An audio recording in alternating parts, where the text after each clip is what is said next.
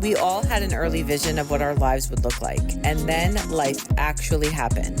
From marriage to motherhood, career dreams, and everything in between, this is Life Actually with Mary Belle.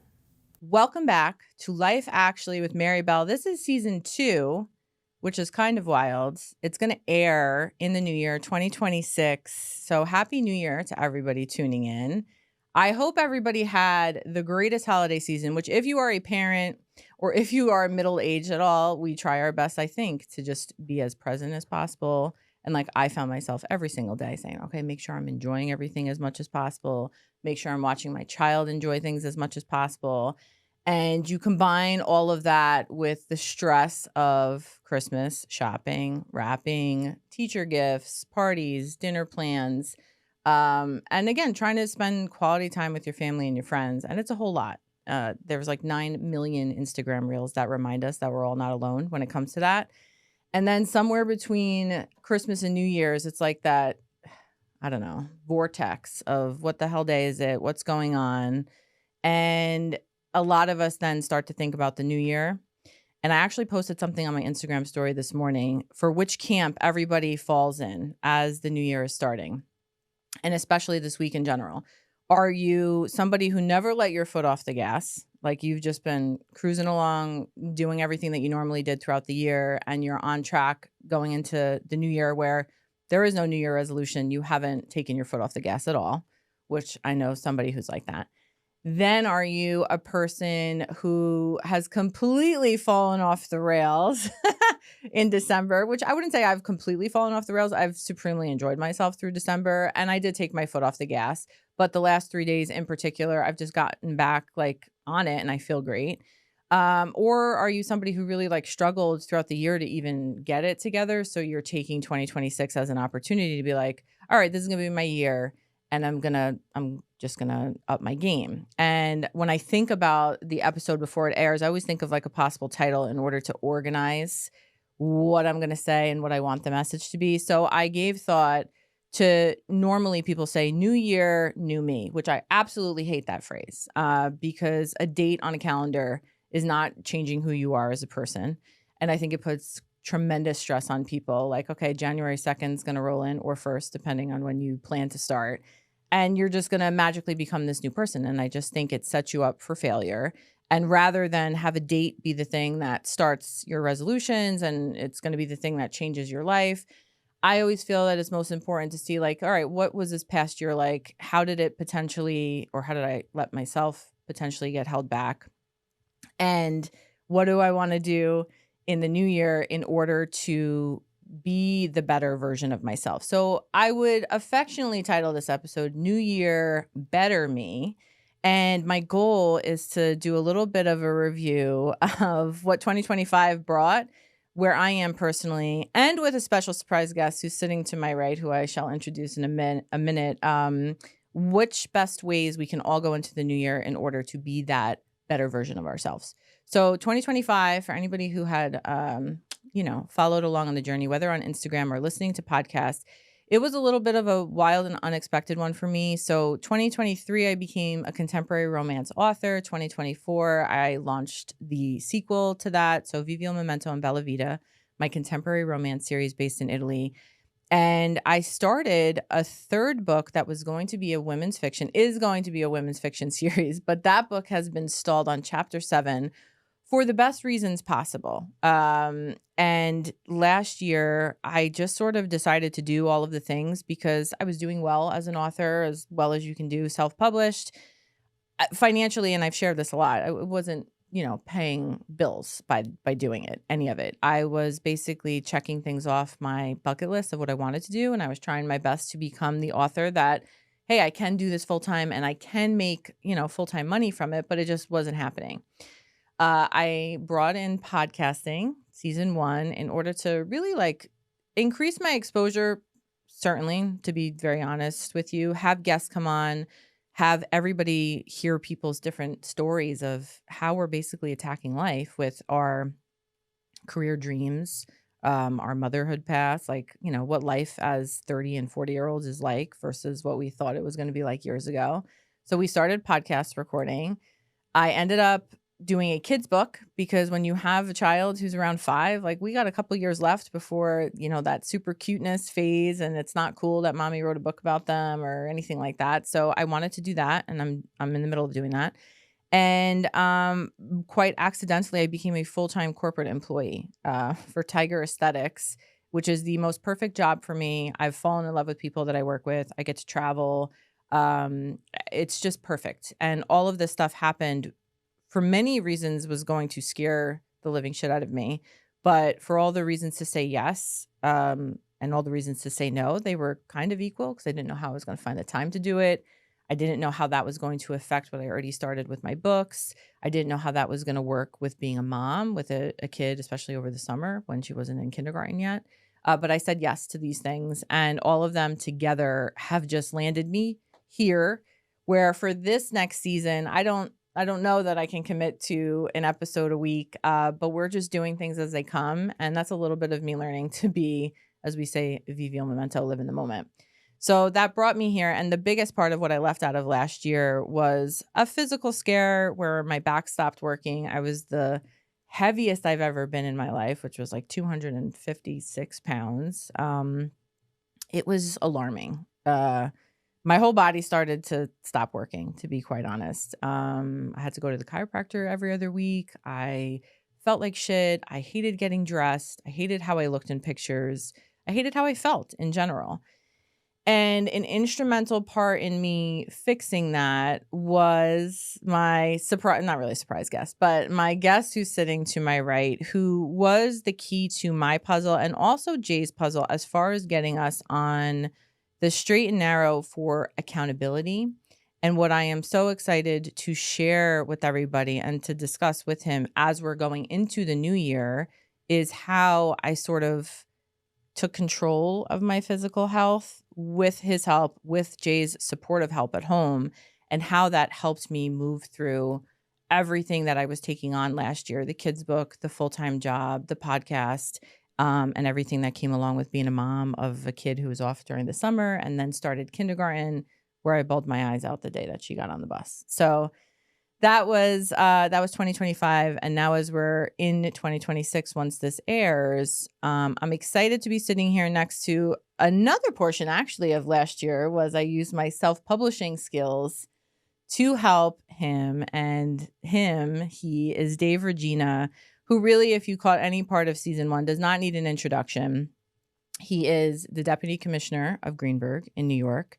He is the host of the No Snooze Podcast. He is the co-founder of Action Cultivates Excellence, aka A.C.E, which is a superior men's movement alongside Sean Degnan that I actually was so honored to be a part of one of your events last week, Leadership in Action. He's a dad of fabulous Callie Michelle. And he's a friend of mine, and he's fantastic. So Dave Reggina, I feel like you don't need an introduction at this point. I don't think so either. So I'm sitting here and I'm kind of listening to everything that you were saying about your 2025. And I just want to acknowledge you for all of your accomplishments, your success, your effort. I know I bust your chops privately, but I also praise you privately. Mm-hmm. So I want to take a moment to praise you publicly as well. I am grateful for you. I said this at Leadership in Action. You did. I love you. I have so much trust in you, so much faith in you. And it's going to be kind of hard to get rid of me because wherever I'm going, you're coming right along.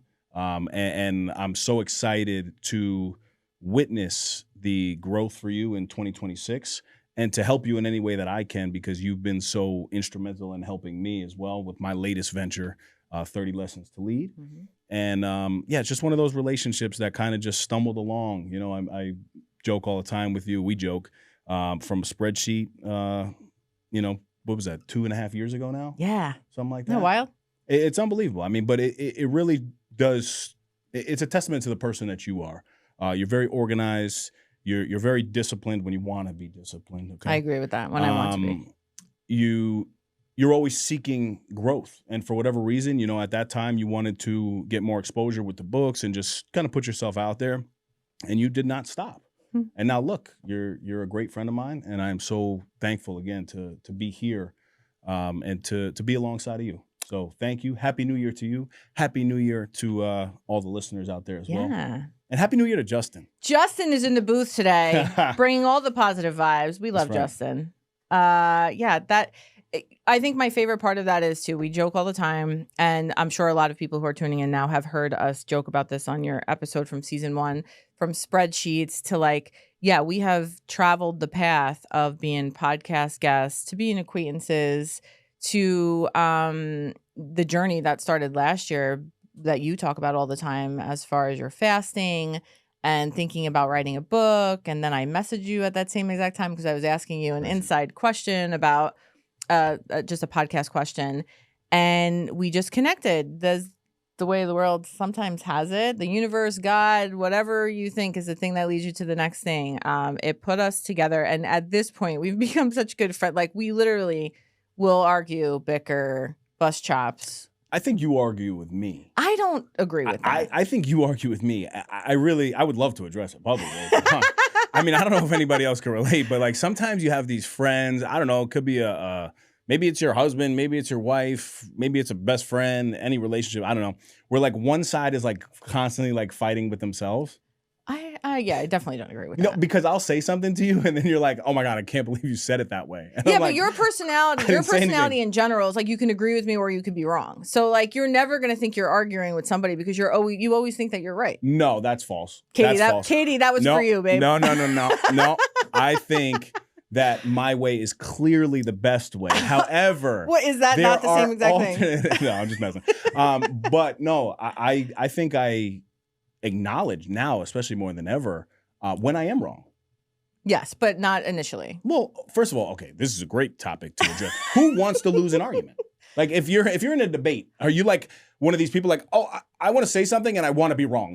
Well, not in a debate is something that you're absolutely setting out to prove your point. Right. When you're having a conversation with either a loved one, a husband, a friend, a boyfriend, a friend, right? Mm-hmm. Like that you're working together. I think that is a wonderful thing, and especially as we're going into the new year, to be better versions of ourselves, right? You don't always have to be right, and instead you learn so much when your mind is open and you don't have to prove yourself to other people. You share your insight, you share your thoughts, but mostly you listen to the other person, which we talked about in our episodes previously with both of you've gone through personal therapy. Jay and I went through couples therapy. The two of us learning how to communicate over the last 3 years has completely changed the both of our lives. And I've brought that into a lot of my parenting because I used to be quite a lasher outer, but we're very similar in a lot of ways, which we joke about. Similar in a lot of ways, very different in a lot of ways, you and I. But some of those similarities are like, we're like kind of like type A, and we like to be in charge, and we like to be in control, and we do also like to be right. And I joke about you can agree with me or be wrong because my sister bought me a little bed pillow years and years ago that said that same exact thing. Yeah, it's good. So, as we're going into the new year, and two, to talk about this is part of that accountability that helped me with my journey, because I am the friend of my friends where if you're asking me my opinion and if you're taking up my time with a problem that you're having or, information you need or whatever, I'm going to always give you my honest opinion, feedback, thoughts, because that is what I as a human being want. When I ask anybody, hey, what do you think about this? I want your honest thoughts, opinion. It could be something as stupid as going out to eat. I want to know where you want to go. I want to know what you want to eat. I want to know what you want to do. I may not always agree with it, but I say sometimes, and I've said this to Jay, I want to know what you're thinking or what you want to do, because I want to then take that information, roll it around in my own head, see how I feel about it, and then take my feelings, your feelings, and make like an educated decision, So when it comes to friends and whatever we call ourselves, we're coworkers, colleagues, whatever. We're a whole bunch of things together, depending on what we're doing. I want that honest feedback, but it doesn't always mean that I'm going to take it kindly. That's a good point. Right? That's a very good point. Yeah. And I feel like you like it. You're the same way too. Like you could send me something and you're like, Mary, what do you think about or whatever? And I will give you my honest, because even at Leadership in Action, you're grateful for me and you've grown to love me, even though I annoy you sometimes. Yeah, absolutely. And internally, I was like, we had to add that on the stage with people. Yeah, like 100%. Right. Because people love realness, right? That's what they authenticity always wins. Yeah. And that is our exact relationship. Obviously, I would never come out and disrespect. I don't disrespect you on a personal level, so I'm not going to do it publicly. But that's the real part of, I think, interactions that people often miss, right? Because the other people that were sitting there, they were probably like, oh yeah, like I have a friend like this, a coworker like this, or whatever.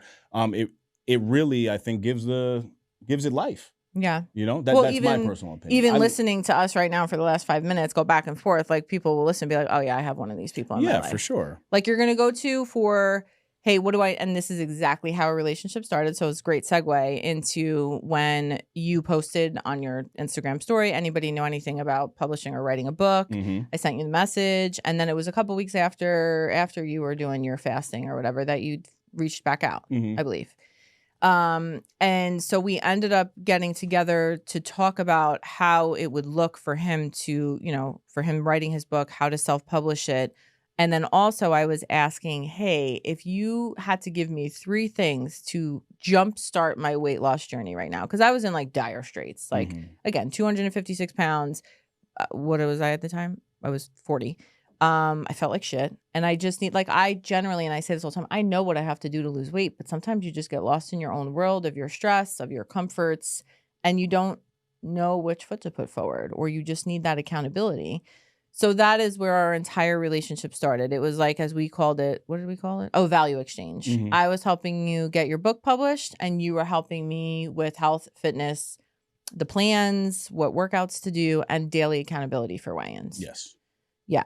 And just for everybody listening too, like you do this on a coaching level for. Yeah, we're not gonna take any more clients. So no, he's full. He's booked, everybody. we're good. But just so people, as they're listening to you, know, like you don't just do this, like you do this where people have actually paid you for your services, and it's like years of your fitness and health knowledge. Like for them to be listening to the rest of this episode to say, why the hell would I be listening to Dave Reggina? Right. And also for me personally, why would I have entrusted you to help me the way that I did?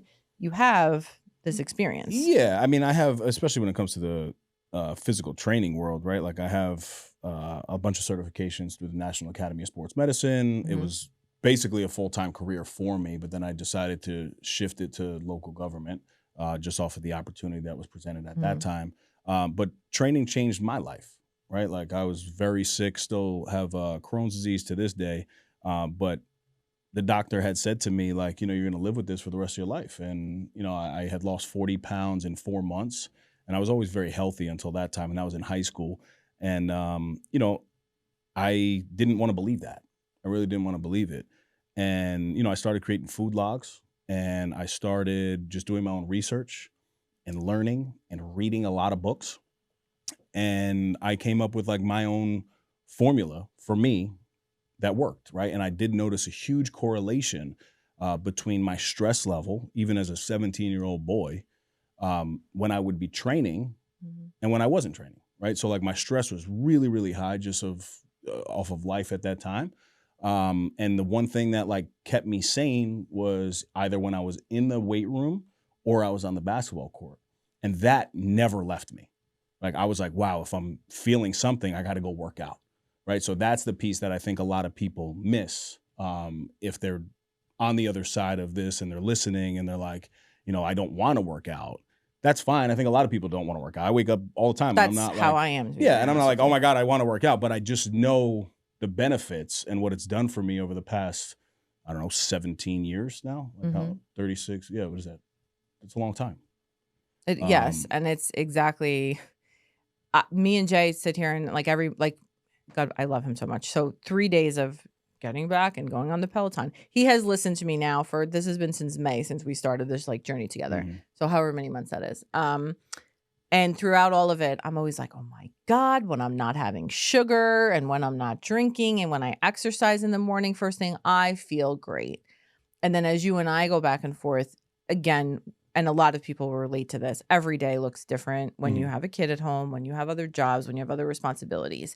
And there's so many times that you're like, to me personally, you're like, you do not get your workout in unless you do it first thing in the morning, right? Like we've determined that. And you're very wordy when you don't do it. Yeah. You're like, oh, my plan is, or my goal is to do, like, I'm like, oh, she's not going to do it because you start like thinking, well, I can fit it in, yeah. And then it'll be 2 p.m. I'm like, yo, did you work out? You're like, the day's not over, sir. And I'm like, you're exactly not working out say. today. I already know how it goes. Because what you're saying is 100% accurate. You're busy. You got a lot going on. You're a great wife. You're a great mom. You're a great employee. You're a great entrepreneur. Like you got a million things going on. I think every justification is there to not do it. But at the end of the day, health is wealth, right? Without it, there is no life. And I mean that. And like we have a huge event that's going to be coming up at the county center in April, right? And it's called Health is Wealth. And our main goal with that is to have people realize that health needs to be at the forefront of your life and not an afterthought. Because most people, we wait until we get that diagnosis, or we wait until our back is blown out, or we wait until we can't do basic things like put our socks on. So then be like, oh my God, I got to get my life together. And then you have this major transformation, which is great. But it's like, why do we wait for that? Right. And that's exactly what happened. And then now too, it's when these things are happening in the morning and I'm like, yes, I need to wake up and I need to do this first thing. It's incredible to me because this might relate to a lot of people too.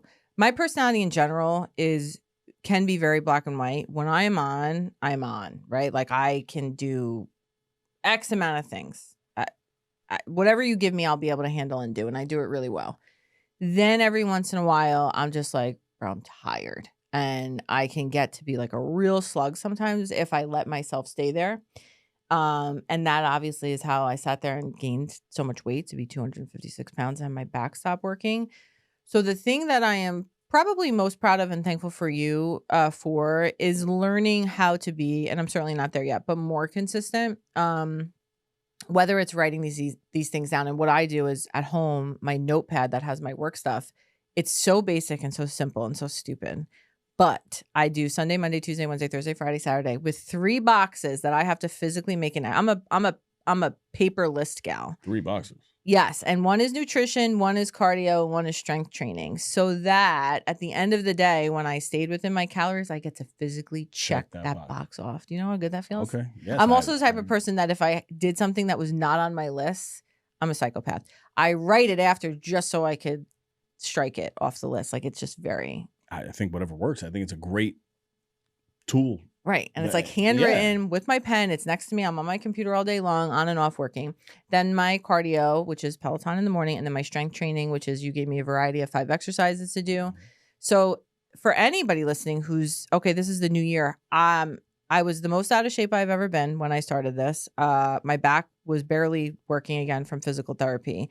And Dave was really great because he basically recognized in the beginning, like, you're starting fresh. So like you gave me like, go out for a walk for 15 minutes. Like Callie's doing the workouts. Yeah. That's how basic we're talking. Yeah. 5, 6-year-old. But it works. Yeah. And you did great. Just to get that accountability going and to have it become that consistent thing. Right. The second part, which some people don't agree with, but I always do this when I'm doing my weight loss. And I hope this is like the last time I have to say in my life, like, oh, I'm doing my weight loss journey again. Because I don't want to have to lose fucking weight again. Right. I want this to just become my new norm. But I love weighing myself every morning. Like a lot of people don't like doing that. And there's a lot of people out there that's like, it doesn't matter what you weigh. And I do agree with that. If you're not necessarily looking to lose a significant amount of weight, like as long as you weigh, like if you were where you want to be, and then like every week you're making sure you're like within 5 pounds or something, whatever is a healthy range, fine. If you're looking to lose weight and start a new program, that daily weigh-in and having somebody to send the weigh-in to. Because even if I go out to dinner, like last night I went out to dinner with my aunt. We went to an Italian restaurant.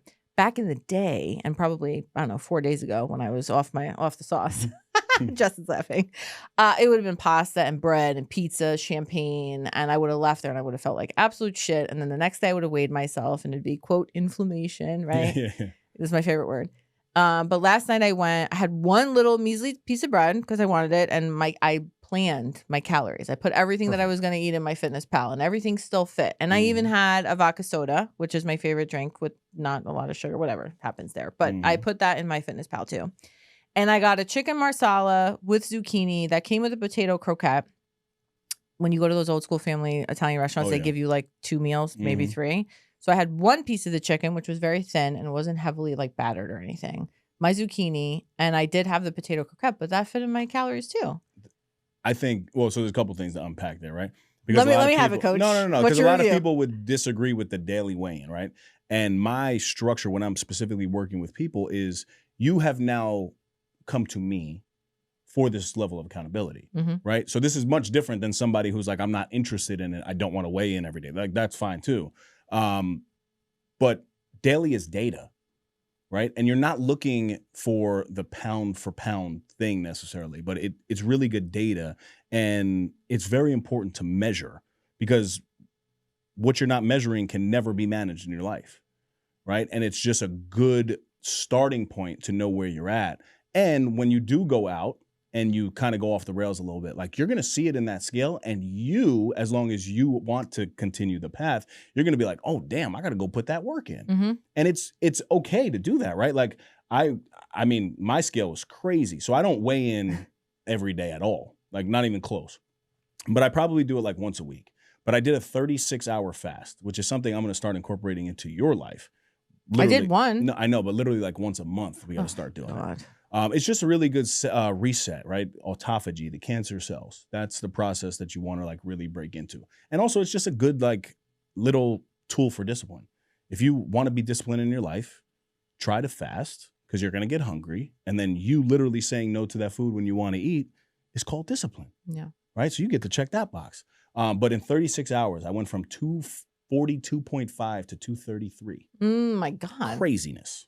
That doesn't even seem like that long for that to happen. No, but the way that I drink so much water throughout the day. Yes. There was a day that we ended our like city run with Jackie and Sean at Melba's. Oh, this was Katie and Posey. You guys did it together? Yeah, Okay. yeah. So I was eating all the things, chicken and waffles and, oxtails and carrot cake and all And the you stuff. felt like shit too. Okay, probably. yeah. I mean, it was fun. but it then was you fun felt- and it was fine, right? But, it's a good tool to just get on the scale and just know where you're at if that's something that you're interested in. Right. And that's I need that, and it's the same thing too. If I went out to dinner last night and if I don't know, had pizza or did whatever, and then I weigh myself this morning, the scale is going to show me, and it could be salt and all that. It's not like you gained 2 pounds of fat overnight. But mentally, I'm like, oh shit, I have to get it together today or get on the Peloton. Let me do 45 minutes on the Peloton. And this is all the stuff that I've learned over, 7 months of working back and forth with you. And I think another important thing is I lost almost 45 pounds. But as you so kindly told me, that was mostly through September. The last few months, and he's making a face, and that's because I've asked him to hold me accountable. However, personally, I feel pretty good. This is Mary defensive right now. I feel pretty good. And the end of the year for me and for most people, like between birthdays and anniversaries and holidays, I very much want to know and learn how to enjoy myself without fully going off the rails. Let me stop you there because I agree with you 100%. Thank you, Justin. But where you go wrong and what internally, it doesn't frustrate me on a personal level. It frustrates me for you because I know how far you've come and I know how hard this journey is for you. And I'm so proud of the progress for you.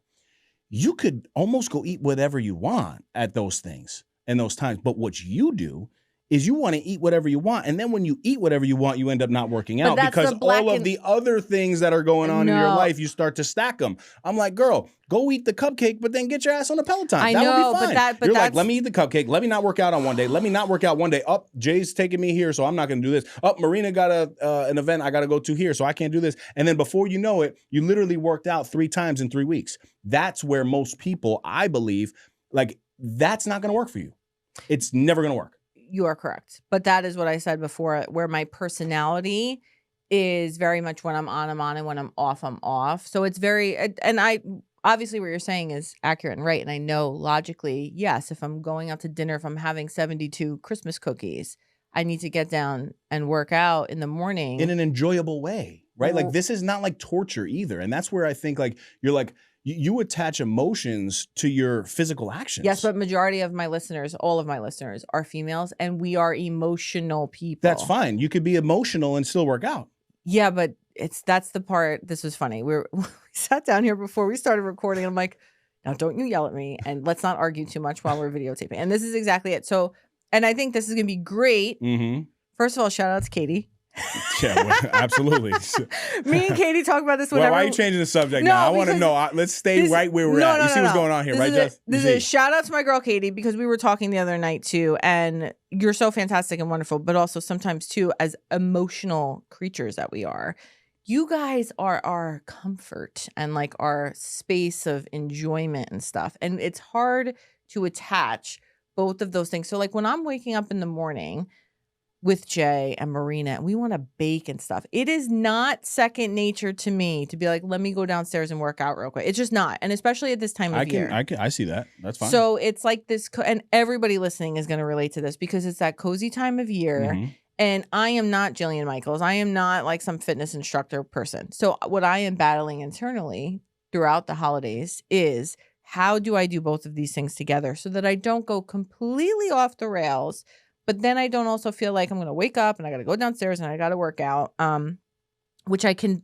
feel emanating from you. It's like, Well, you're complicating it. Just go downstairs and work out really quick and then you're done. well, so this is the thing, right? Like you keep rambling on over here, and I understand it's your podcast, so you can do whatever you want. But the truth is, if I were to ask you right now, okay, how do you feel after you work out? I feel good. It's In one word. great. Okay. So why wouldn't you want to feel great and then come upstairs and be like, babe, let's bake these cookies? Because for the same reason that I feel great after I take a shower, shave my whole body, do my hair, put my makeup on, but I don't want to fucking do that every day it's either. A different It's a great. process. But again, you have to stop attaching these emotions to the. Yeah, but Reggina, I'm a female. It's not about that.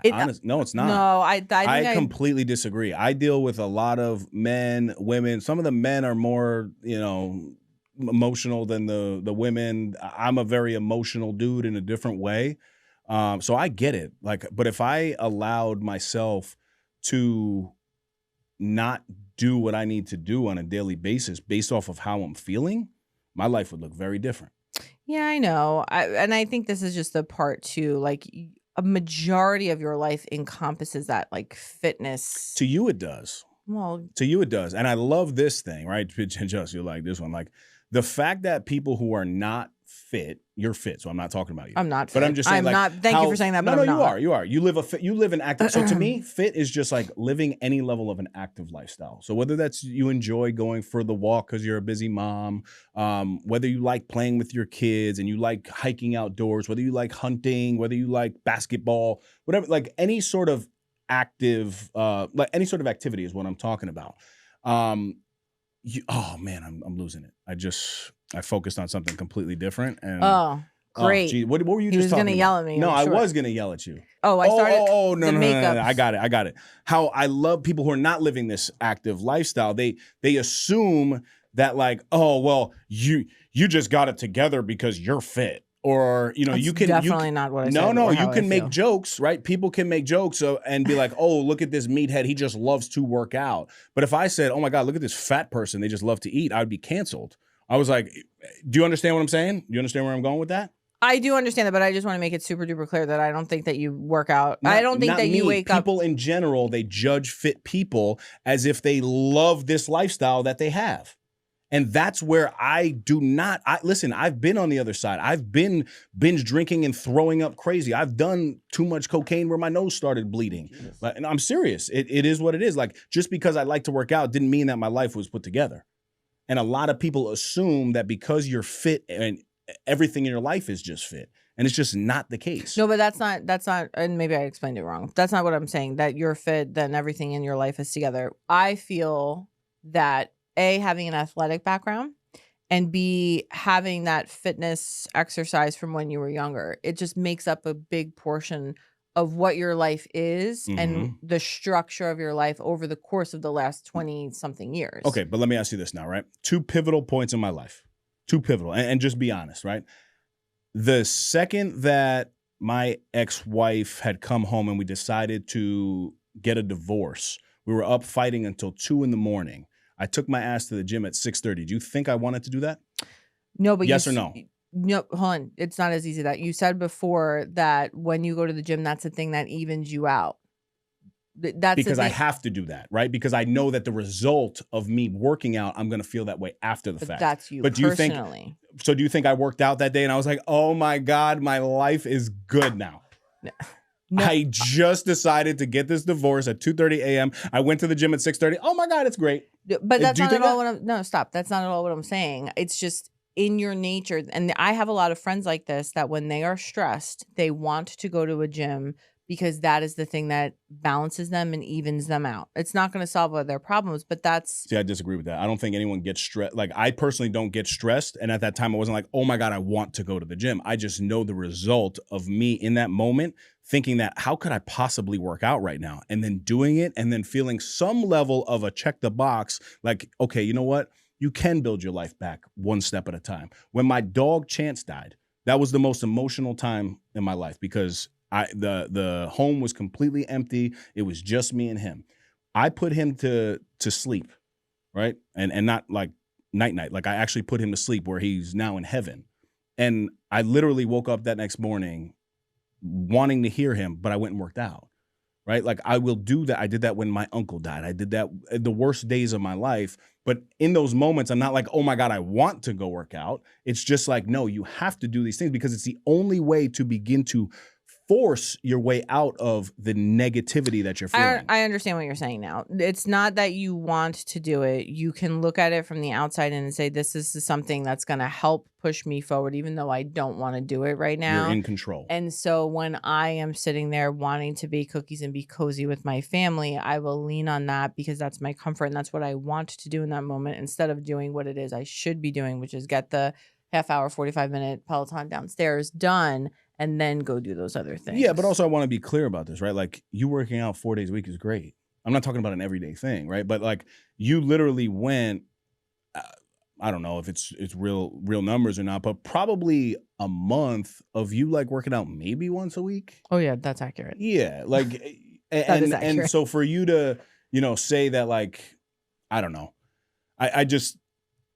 I'm not trying to say that you have to work out every day by any means, but like you completely just shut one part of your life off when you had so much momentum and you still have so much momentum. You know what I mean? But like you just allow yourself, and you could say it's women, we're emotional, we're this, we're that. Like, no, you actually chose to turn it off in multiple aspects of your life. But yes, I chose it and I enjoyed it. That's, I think, what I'm trying to get at. So you enjoyed it?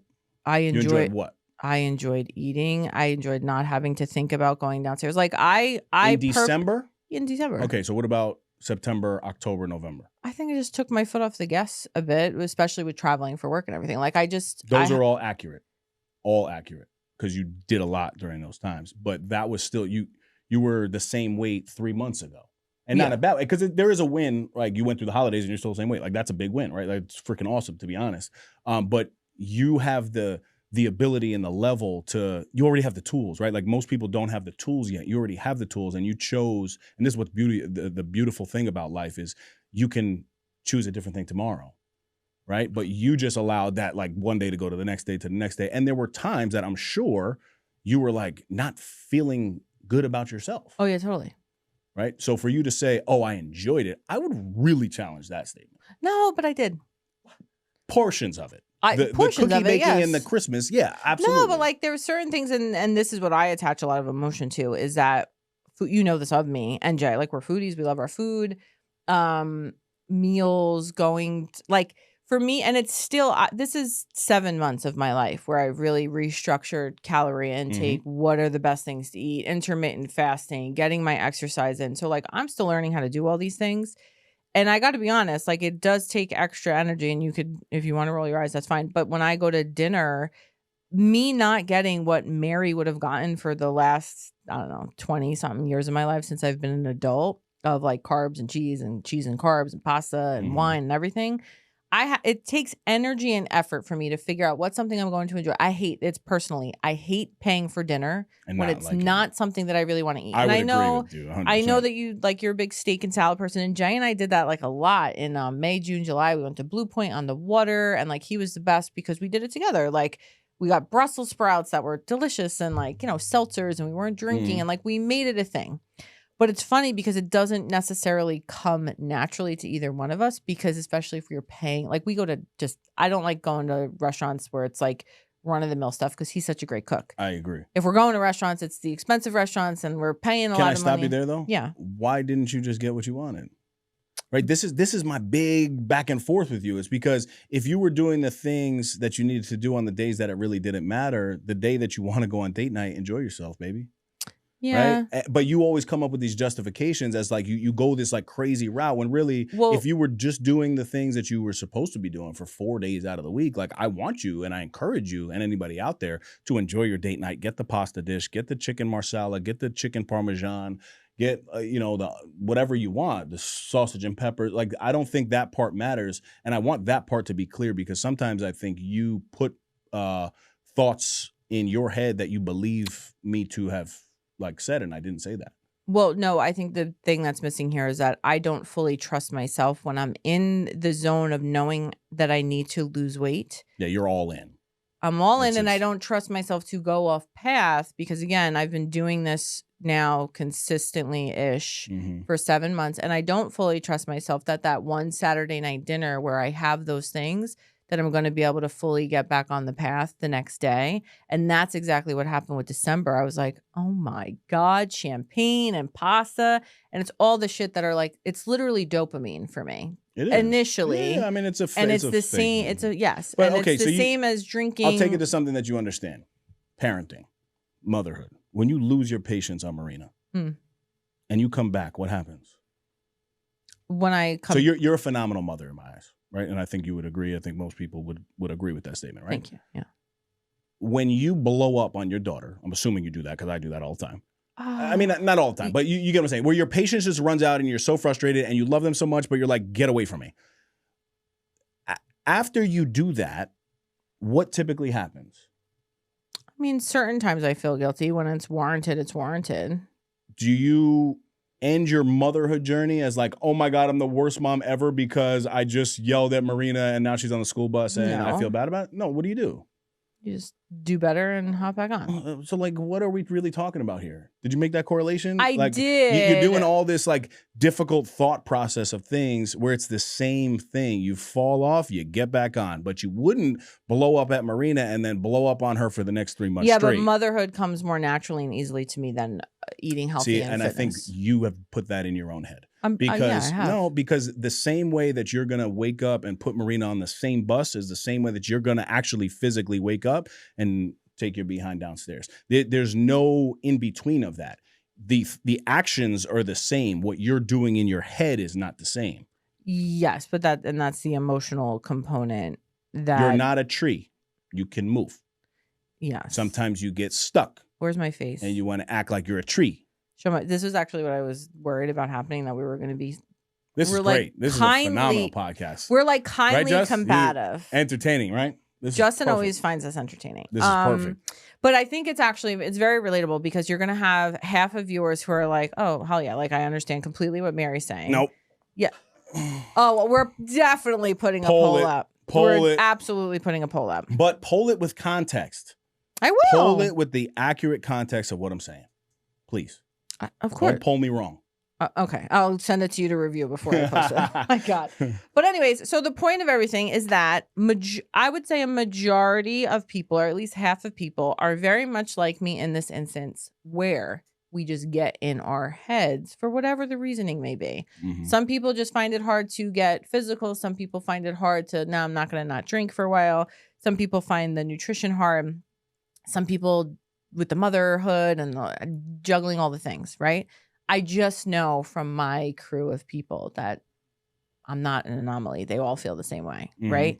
And you bring to the table, I'm not saying that your life is easier at all. I know that it is not. You're just very disciplined, which is why you wrote a book, 30 Lessons to Lead, because over the course of your life and all of these things that happened, and you want to operate at your highest, best level. And these are the ways that you do that, of which is the reason why I trusted you to be the one to hold me accountable to begin with. So like, I'm on board with everything that you're saying, but I'm still a grown-ass woman who knows for 41 years all of the things that have made me for the good and for the not good. And I'm still working through them. So like, I'm not defending myself that I'm right. I'm just defending myself in, hey, yeah, we could look at December like a big giant fuck up, but like I did enjoy a lot of it. No, I agree with you 100%. I don't think it was a big fuck up at all. I think you had your wins, but my point was like, You did the same thing September, October, November, December. Yeah. So you really took your foot off the gas for like a whole quarter. And imagine, and you're still in this great place, right? And imagine where you would be. Not physically is fine, but I think like mentally in your entrepreneur world, like you may have gotten to chapter 9. I think you said it was chapter 7 of that other book, right? Like, and the same thing with that process, right? Like you're not at chapter 7 and now that thing is just done forever, right? Like you're going to pick that back up at some point. Yeah, and that's sort of one of those things, right? like where the hell do I find the time for But that? that's fine. I mean, we find time for whatever it is that we want to find time for, right? But also there's a big difference between you and I. Like I know certain things to be true in life in general. And I think you have the same knowledge, but you don't like put it into like tangible practice for your own like life as a leader, right? And there's one thing that follows intention in life. Disruption. Disruption follows intention. So when you set your mind to do something, one thing is coming behind that. And that is the universe coming to disrupt you. You're Italian. You guys garden, right? I have never met one gardener that's like, I'm going to go plant some weeds. I've never met one. I've only met gardeners that are like, I'm going to make some fresh tomatoes, some spinach, some eggplant, some cucumbers. But when you put your intention into the ground to create this garden, those weeds start happening, right? And you got to clean around those weeds. And life is the same way, period. We overcomplicate things, right? So if that analogy works for you, put it into your own life. Yeah, and I agree with you that I overcomplicate things. And then I immediately get defensive too, because I'm like, I'm overcomplicating it. But like, I had 17 emails that I had to respond to before because I had a Christmas party. Like everybody has that level of whatever. Mm-hmm. And if this was one of my friends who was like, how'd you lose weight? Oh, I did X, Y, Z. And they're like, well, I can never stop drinking. I'd be like, well, you can. You're just choosing not to. And that's fine. The not drinking thing is like a very personal thing. No, and I just pulled that out of nowhere. Yeah. Same thing with like, no, I stopped having carbs and sugar for, my sugar was a chocolate covered frozen strawberry for 7 months. And that helped me lose, right? Justin approves. Like I just know those things that I stuck with in order to keep me. And there's a lot of people who are like, oh, I'm not eating pizza for 7 months. I'm like, okay, that's. But why would you not eat pizza for 7 months? Well, that's what I'm saying though, is my journey was my journey. It worked for me. Right. And you could argue as my friend and person, but believer in me, that I could be even further down the path. And it's not like a settling feeling. It's like life was just different September, October, November, December. And I'm not saying that you're like not, quote, proud of where I came. I'm proud of myself. I don't need anybody else to be proud of me. And yes, I could be my 195 goal by now if I kept my foot on the gas. I think the number is fine. Like it's not, for me, it's not about the number. No, and I understand that too. I just also like, there's been times where I've like texted you or I talked to Jay and I'm like, I have like fucking palpitations because the work that day has to get done by a certain thing. And if I'm on the Peloton in that morning. So stop that. This is what you do, right? Yeah. Like, because again, with your goal, I'm going home. with your goal does come sacrifice, 100%.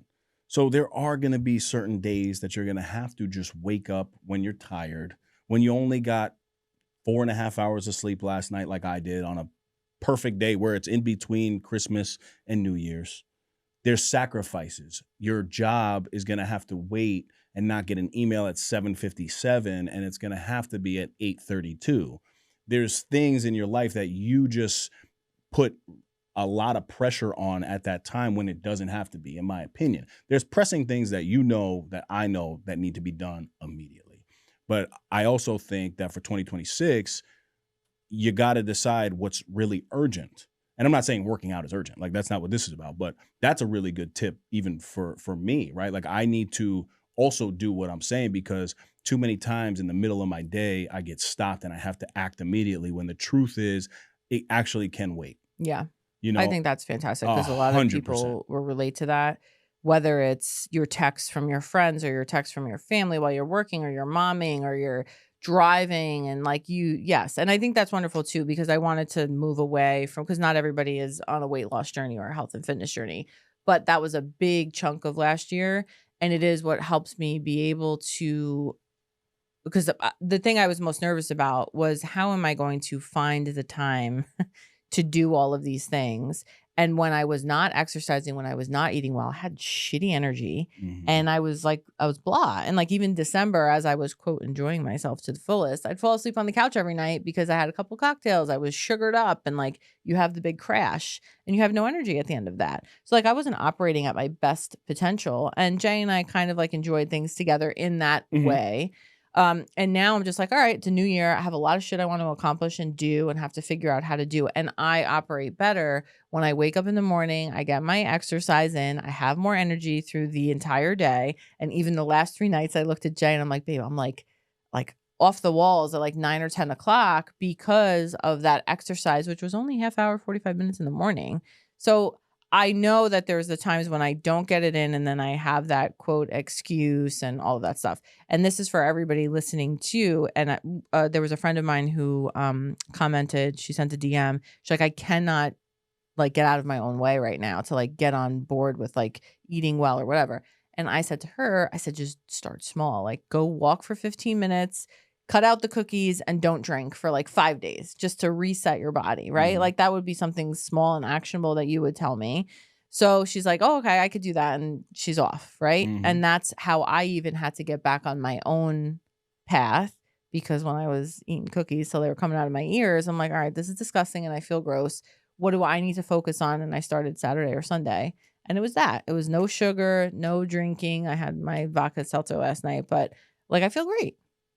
Like little things. It's good. I mean, yeah, but I am with you, even though like we butt heads about this too, because there are some times where the stress peaks in when I'm on the Peloton and then I'm just sitting there and like I feel like shit while I'm doing it. And like yeah, and also I'm sure like your screen time while you're on the Peloton could be a thing. So I think there's also a piece of what you're saying that again, like the expectation for you is almost delusional is a tough word to use. It's not delusional because I do believe that when you work out, you feel better, but not all the time. Like you made a statement that I was like, oh, wow. At 9 or 10 o'clock, you said you were off the rails because you worked out in the morning. I never feel that. I am dead tired at 9 or 10 at night because I worked out in the morning. Like, so I don't, again, I think you almost place this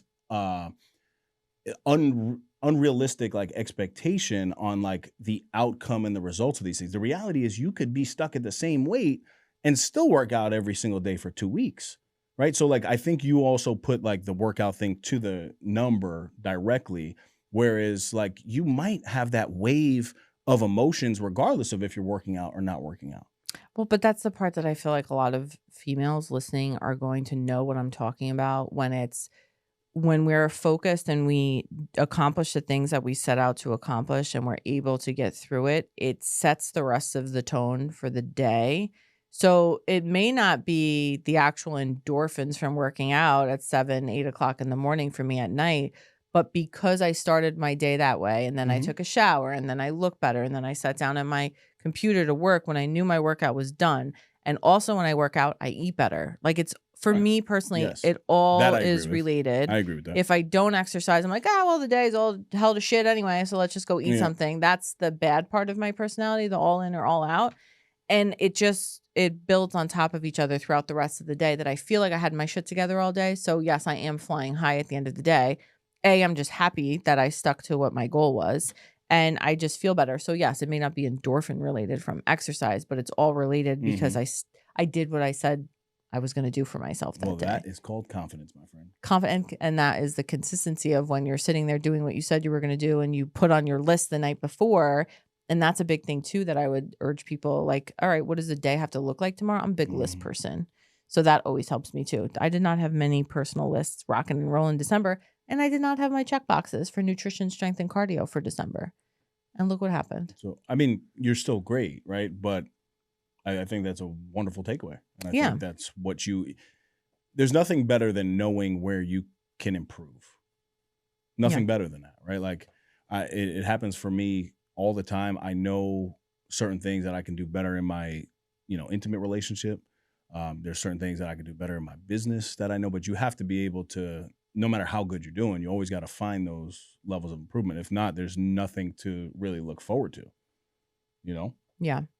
So, okay, this became very much health and fitness and weight loss. I don't really agree with that. I don't know if it was. You don't agree with much of what I've said today. No.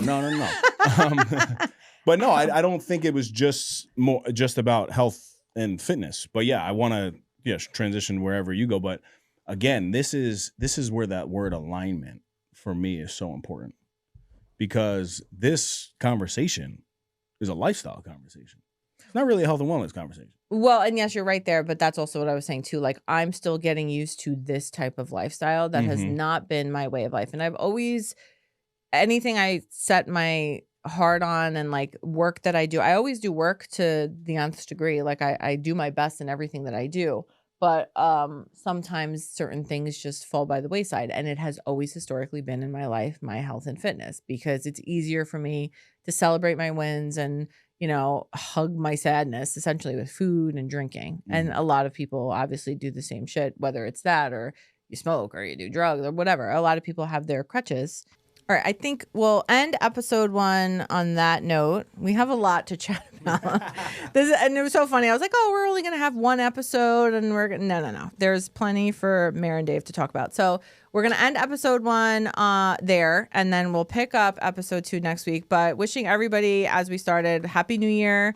And it's going to be continuation of New Year, Better Me vibes in episode 2. So thanks.